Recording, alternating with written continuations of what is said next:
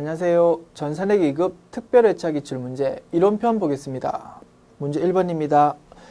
재무상태표 작성 시 다음 자산 항목을 유동성 별법에 의한 순서대로 올바르게 배열한 것은 볼까요? 자, 유동자산 먼저, 그리고 비유동자산을 그 아래에 이렇게 배열하고요. 유동자산은 다시 당좌자산을 먼저, 그 아래에 재고자산 이렇게 배열을 했습니다. 자, 비품은 비유동자산이고요. 상품은 유동자산 중에서 재고자산이고, 외상매출금은 유동자산 중에서 당좌자산이지. 그래서 이게 1, 요게 2, 요게 3 이렇게 되겠네. 그지? 그래서 다, 나, 가 이렇게 돼 있는 것이 정답이겠네. 답은 4번. 이렇게 풀어봤습니다. 그래서 계정 과목이 어느 분류 체계에 속하는지 알면 충분히 풀 수 있겠죠. 문제 2번. 다음 중 재무상태표 구성요소가 아닌 것은 자산, 부채, 자본 요것이 구성요소죠. 4번 수익은 손익계산서 구성요소니까 답은 4번이겠다. 그지? 문제 3번 보겠습니다. 다음의 설명과 관련한 계정 과목으로 옳은 것은 자, 가는 매입한 상품에 결함이 있어서 상품을 반환한답니다. 매입했다가 다시 반환하니까 매입 환출 되겠지. 가는 매입 환출. 자, 나는 상품 구입 대금을 조기에 결제함에 따라서 대금의 일부를 깎아준답니다. 자, 매입 과정에서 외상 매입금이 생겼거든. 그런데 그 외상 매입금을 실제로 주기로 한 날보다 빨리 줬다 이겁니다. 그러면 서로 약정에 따라서 좀 깎아주겠죠. 그거 뭐라고 합니까? 매입 할인이라고 하겠지. 나는 매입 할인. 그러면 답은 3번 되겠다. 그지? 자, 마저 읽어볼게요. 다는 매입한 상품에 결함이 있어서 상품 구입 대금을 일부를 깎아준답니다. 자, 결함이 있어가지고 반품하는 게 아니고 값 자체를 깎아준다. 매입 애누리 되겠죠. 그러면 다는 매입 애누리. 이렇게 정리해 볼 수 있겠지. 됐습니다. 문제 4번요. 상품을 외상으로 매출하고 거래처별로 그 거래 내역을 기록하는 보조장부는 이렇게 물었네요. 보조장부 종류는 매우 다양하거든요. 그거를 일일이 외울 수는 없군요. 그 이름을 보면서 이게 어떤 내용일까 이렇게 생각해가면서 문제 맞추면 되겠다 이겁니다. 충분히 맞출 수 있습니다. 봅시다. 자, 외상으로 매출해가지고 거래처별로 내역을 관리한다. 거래처별로 채권, 채무, 금액을 관리하는 건 어떤 메뉴였습니까? 우리 실기편 조회 문제 할 때 사용해 봤죠. 거래처 원장 메뉴입니다. 거래처 원장이 있으면 그거를 답을 하면 되는데 거래처 원장이 없고 그게 다시 매출처 원장과 매입처 원장 이렇게 나누어 가지고 보기가 제시되어 있거든. 그러면 둘 중에 무엇일까요? 외상 매출금에 대해서 거래처별로 관리하는 거를 찾아야 될 거 아닙니까? 상품을 외상으로 매출하고 되어 있으니까. 그죠? 그래서 외상 매출금에 대한 거래처 관리하는 것 이름 보았을 때 어떤 거가 되겠습니까? 매출처 원장이다 이겁니다. 매출한 거래처에 대해서 그 거래 금액을 딱딱 그 채권 금액을 관리하는 보조 원장을 매출처 원장이라고 한다는 거지. 매입처 원장은 외상으로 물건 산 것, 즉 외상 매입금이 있는 거래처에 대해서 채무 금액을 관리하는 원장을 매입처 원장을 한답니다. 맞출 수 있겠죠? 그래서 답은 1번이다. 매출장은 어떤 내용이겠습니까?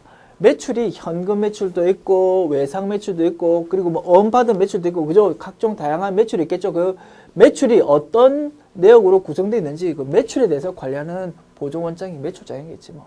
그리고 상품 재고장은 뭐 기초 상품 얼마 있었는데 이번에 산 게 몇 개 있고 팔린 게 몇 개 있다고 이렇게 관리하는 게 상품 재고장이겠지 뭐. 그죠? 그래서 이름을 보면 우리 충분히 그 내용을 판단할 수 있는 것이다. 됐죠.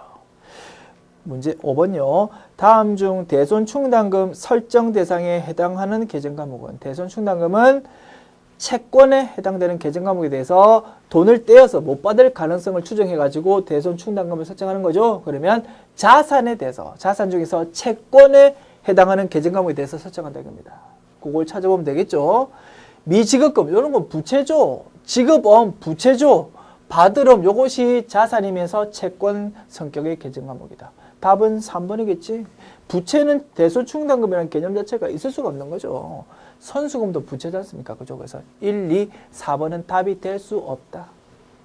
자, 문제 6번요. 다음 중 판매비와 관리비가 증가하는 거래가 아닌 것은 무엇인가? 읽어볼까요? 1번 차량 운반구를 구입하고 차량 대금 100만 원과 취득세 5만 원을 현금으로 지급했답니다. 차량 대금 당연히 차량 운반구라는 자산으로 처리할 것이고 취득세 또한 취득 부대 비용이니까 자산으로 처리하죠. 비용 아니다, 그죠? 그래서 판매비와 관리비 증가하는 상황 아니다 이겁니다.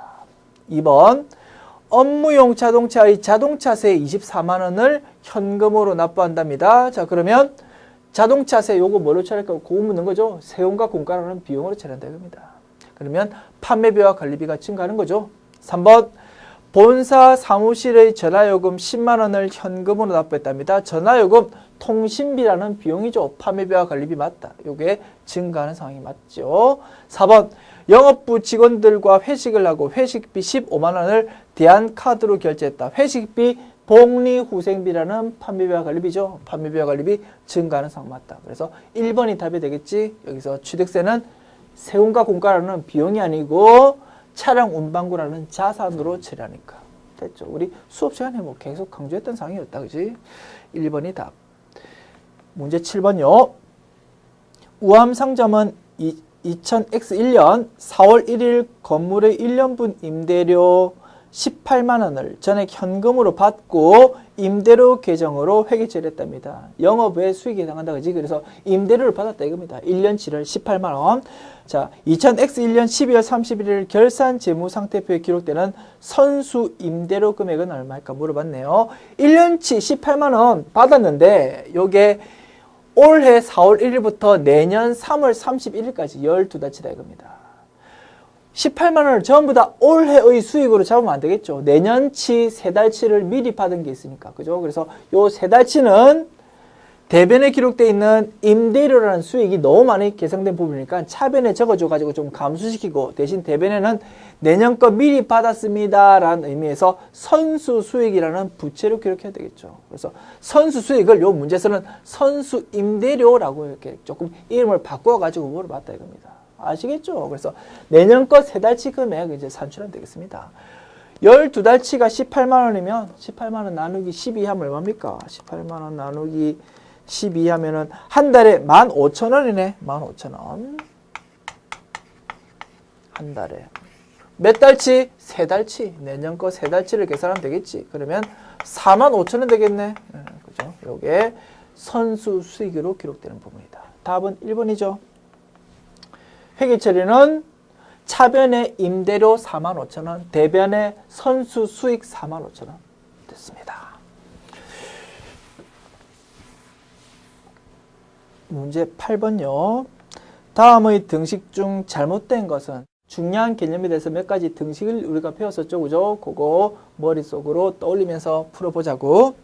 1번 기말 자본은 기초 자본 플러스 당기 순이익 이렇게 배웠죠. 총 수익 빼기 총 비용으로 표현했죠. 이거 맞는 거다. 그지? 기말 자산은 기말 부채 플러스 기말 자본 이렇게 표현하면 되겠죠. 기말 자본을 기초 자본 플러스 당기 순이익 이렇게 풀었었네. 맞는 말이지 뭐. 그죠? 그리고 기말 자본은 기말 자산 빼기 기말 부채다. 맞겠지, 그지? 자산은 자본 플러스 부채 아니겠습니까? 그죠? 똑같은 등식이다. 4번이 틀렸겠네. 그럼 보나마나 4번이 뭐라고 돼 있습니까?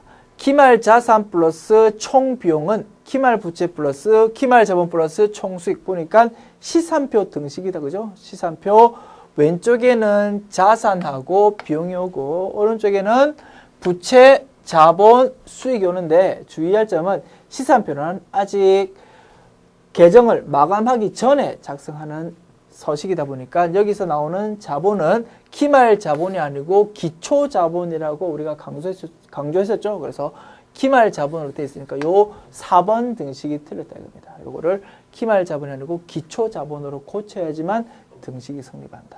됐죠. 그래서 이런 등식 문제가 또 나올 수도 있다고 생각됩니다. 그 중에서 핵심은 아마도 이런 식으로 시산표 등식에서 자본 항목이 될 것이다 라고 예상이 되네요. 됐습니다.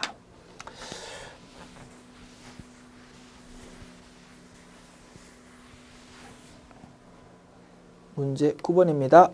다음 괄호 안에 들어갈 단어를 올바르게 나열한 것은 거래처 외상 매입금 100만 원을 보통 예금에서 이체한 거래는 무엇의 감소와 무엇의 감소이다 해가지고 뭐 자산, 부채, 자본, 수익, 비용 이런 게 나와 있네. 거래 판례소의 결합관계 묻는 문제다. 그지? 이런 거는 분개해 보면 바로 풀 수 있는 거죠. 자, 외상 매입금이라는 부채가 대변에 있습니다. 이제 요거 돈 줄 때 돼 가지고 뭔가 줬다 이겁니다. 보통 예금으로. 그죠? 그러면 외상 매입금이라는 부채는 차변에 기록해 가지고 감소시켜 줘야 되겠죠.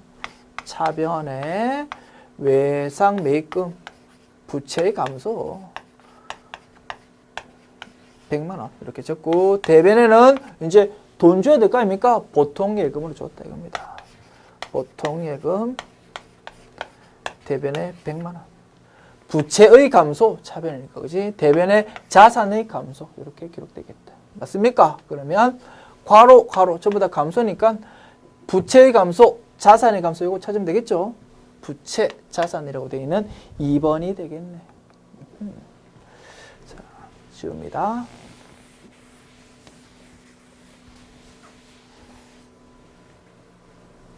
10번입니다. 다음의 거래에 대한 거래 요소의 결합관계를 보기에서 선택한 것끼리 짝지어진 것은 이렇게 돼 있네. 거래 내용이 나와 있고 각종 그 항목들이 나와 있다. 거래 판례소의 결합관계 그죠? 이것도 차변 대변 분개해 보면 되겠다 그죠? 자 봅시다.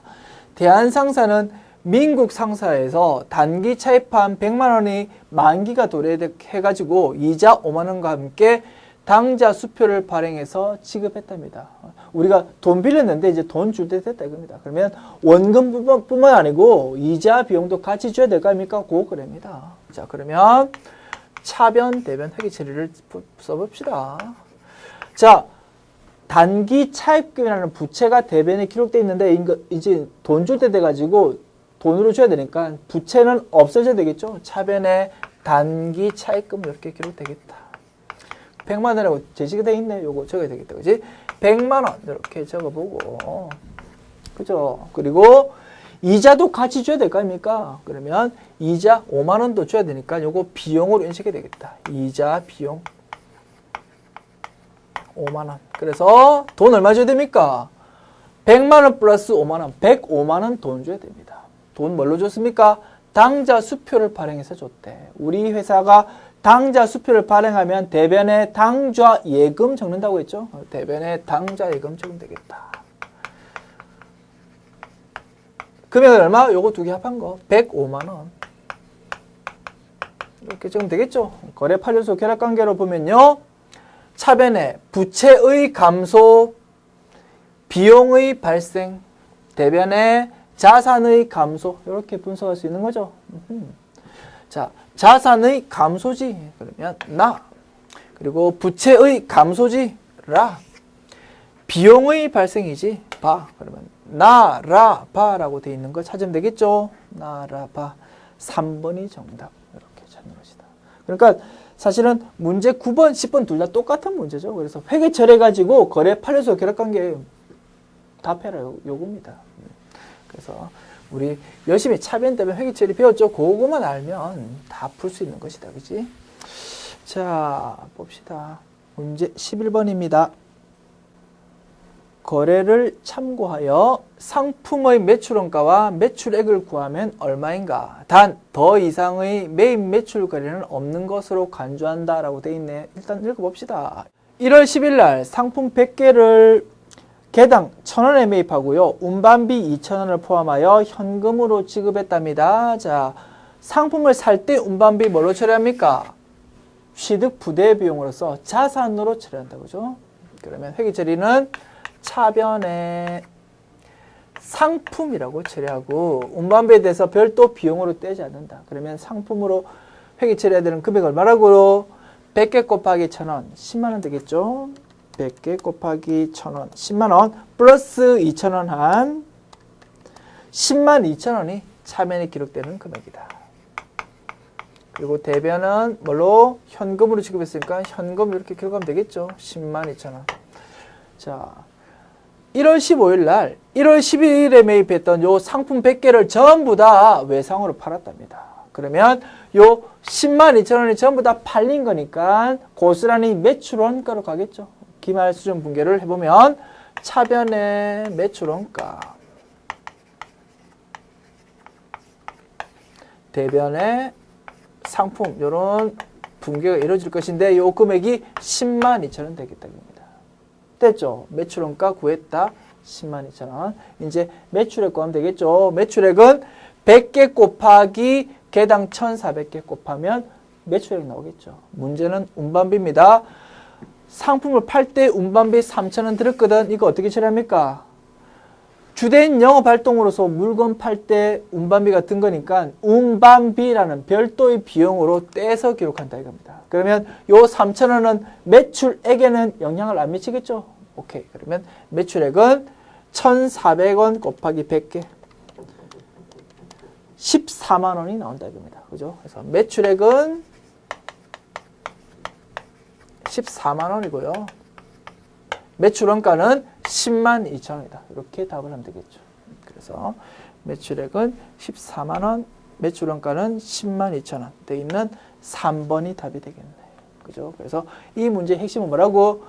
상품 살 때 운반비와 상품 팔 때 운반비를 각각 어떻게 처리하는지 아느냐? 그거 묻는 것이 이 문제의 핵심. 우리 수업 시간에 항상 강조했던 거다. 그지? 자, 지웁니다.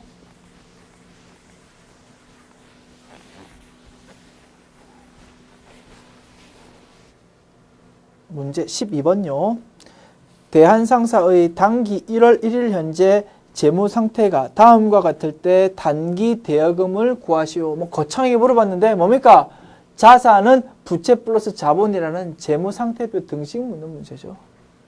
자, 현금 자산, 선수금 부채, 받을 어음 자산, 단기 대여금 자산, 자본금 자본, 미지급금 부채. 그죠? 빈값 채우기지 뭐. 그러면 세모로 된 거 먼저 더 해볼까요? 140만 원 플러스 500만 원 플러스 180만 원 하면은 820만 원 나오네. 자, 현재 동그라미에 되어 있는 자산 합계 이거 두 개 더 해볼까요? 자, 370만 원 플러스 290만 원 하면요 660만 원 나오네. 그러면 660만 원을 여기서 빼면요 820000 하면 160만 원이 빈값으로 딱 채워진다. 맞습니까? 그러면 답을 2번 하면 되겠죠. 문제 13번입니다. 다음 중 기말 상품 재고액은 얼마인가라고 물었네요. 매출액하고 매출 총이익률 이런 거 나왔다. 즉 매출 원가에 대한 정보다 이겁니다. 그리고 기초 상품 재고액과 단기 상품 매입액 나와 있으니까 상품에 대한 총계정 원장 그려가지고 기말 상품 재고액 그거 유추해보면 되겠네요. 자, 상품에 대한 총계정 원장입니다. 내 자리 왼쪽이죠. 자산이니까. 자, 기초 상품 재고액 20만 원. 그리고 단기 매입액이 80만 원 이렇게 기록될 것이고 그에 따라서 판매 가능 상품 100만 원 이렇게 집계가 될 것이다. 오른쪽도 그럼 100만 원 되겠죠. 그리고 기말 재고 매출원가 이렇게 기록될 것인데 매출원가 직접 바로 금액 제시해 준 것이 아니고 매출액하고 매출 총이익률 이런 자료로 제시해 줬네. 자, 단기 매출액 100만 원인데 매출 총이익률은 매출액의 30%래. 매출액의 30%는 뭡니까? 30만 원이 매출 총이익이다 이겁니다. 그죠? 그러면 매출액 100만 원 빼기 매출원가를 하면 매출 총이익이 얼마 나온다고? 30만 원 나온다고. 그러면 매출원가 뭡니까? 100만 원 빼기 30만 원에서 70만 원이 나오겠다. 그죠? 매출원가는 70만 원입니다. 이 뜻이죠. 그러면 여기 70만 원 이렇게 채우고요. 그럼 빈값 뭐가 됩니까? 100만 원에서 70만 원 빼면 30만 원. 이것이 기말 재고 금액 되겠죠. 답은 2번 되겠다. 문제 14번 보겠습니다. 유형자산의 감가상각 방법에 대한 다음의 내용 중 옳은 것은 찾아볼까요? 정액법은 취득원가 빼기 잔존가치, 그죠? 그거를 내용연수로 나눈 것이다. 정률법은 취득원가에서 기초 감가상각 누계액을 뺀 거, 거기에다가 일정한 상관교를 곱한 것이다. 그죠? 그러면 A는 잔존 가치, 즉 잔존 가액을 답하면 될 것이고, B는 기초 감가상각 누계액이니까 B는 감가상각 누계액 이렇게 표현하면 되겠죠? 답은 1번 되겠네. 그죠? 자, 문제 15번 보겠습니다. 결산 결과 당기 순이익이 80만 원이었으나 아래의 사항이 누락되었음을 발견했답니다. 수정 후 올바른 당기 순이익을 계산하면 얼마인가 라고 돼 있어 가지고요. 이렇게 세 가지 우리 기말 수정 분기에서 사용하던 내용들이 나와 있다 이겁니다. 요거는 여러 가지 방법을 풀 수 있는데 이렇게 푸는 게 제일 간단한 것 같습니다. 수익 비용의 발생 그리고 이연과 관련된 계정 과목들 배웠죠. 자산 또는 부채 계정 과목들, 그죠? 그 계정 과목들을 딱딱 정리해 본다 이겁니다. 그래가지고 그것이 만일 자산이면은 당기 순이익의 플러스 영향, 부채면 마이너스 영향 이렇게 정리하는 것이 가장 깔끔해 보입니다. 자, 그렇게 볼게요. 임대료 미수분이래. 임대료란 수익을 인식했는데 돈은 내년에 받기로 했다 이겁니다. 뭡니까? 미수수익이죠. 미수수익. 미수수익. 자산이다, 부채다? 자산이다. 그러면 플러스지, 효과는. 보험료 미지급액이래. 자, 보험료라는 비용을 인식했는데 돈은 내년에 주기로 했다. 미지급 비용이라는 부채를 기록하는 거죠. 미지급 비용. 부채죠? 마이너스다. 이자 비용 선급분이랍니다. 자, 이자 명목으로 돈을 줬습니다. 그래서 차변에 이자 비용 이렇게 기록했었는데 알고 봤더니 내년 거를 미리 준비할 수 있더래. 7만 원만큼. 그 부분은 올해의 이자 비용이 너무 크게 계상된 상황이죠. 요 내년 거 미리 줬습니다. 라는 의미에서 자산으로 기억해 놓는 것이지. 선급 비용. 그죠? 그래서 자산이니까 플러스다. 됐습니까? 그러면 80만 원 플러스 12만 원 마이너스 15만 원 플러스 7만 원 그렇게 계산하면 되겠죠. 제대로 된 당기순이익이 계산될 것이다. 자, 80만 원 플러스 12만 원 마이너스 15만 원 플러스 7만 원 이렇게 계산하면 84만 원 나오네. 답은 2번 되겠다. 됐죠? 그래서 이런 문제가 자주 나오니까 우리 그냥 이런 식으로 풀자라고 딱 정해서 기계적으로 푸는 것이 좀 좋을 것 같아요. 편리할 것 같아요. 이렇게 풀도록 합시다. 됐습니다. 이렇게 함으로써 특별 회차 기출 문제들 풀어봤고요. 전부 다 우리 본문 또는 본문에 관한 문제들 풀 때 전부 다 강조했던 부분이었다 이겁니다. 됐습니다. 수고했습니다.